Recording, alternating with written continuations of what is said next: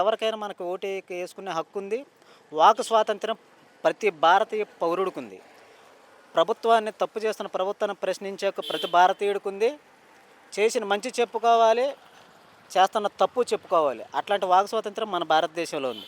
కానీ ఈరోజు మన రాష్ట్రంలో అలాంటి రాజ్యాంగం జరుగుతుందా? అంబేద్కర్ రాజ్యాంగం నడుస్తుందా? కాదు, రెడ్ బుక్ రాజ్యాంగం నడుస్తుంది. ప్రశ్నించిన వాడి మీద కేసు, వాళ్ళు అభివృద్ధి చేయరు.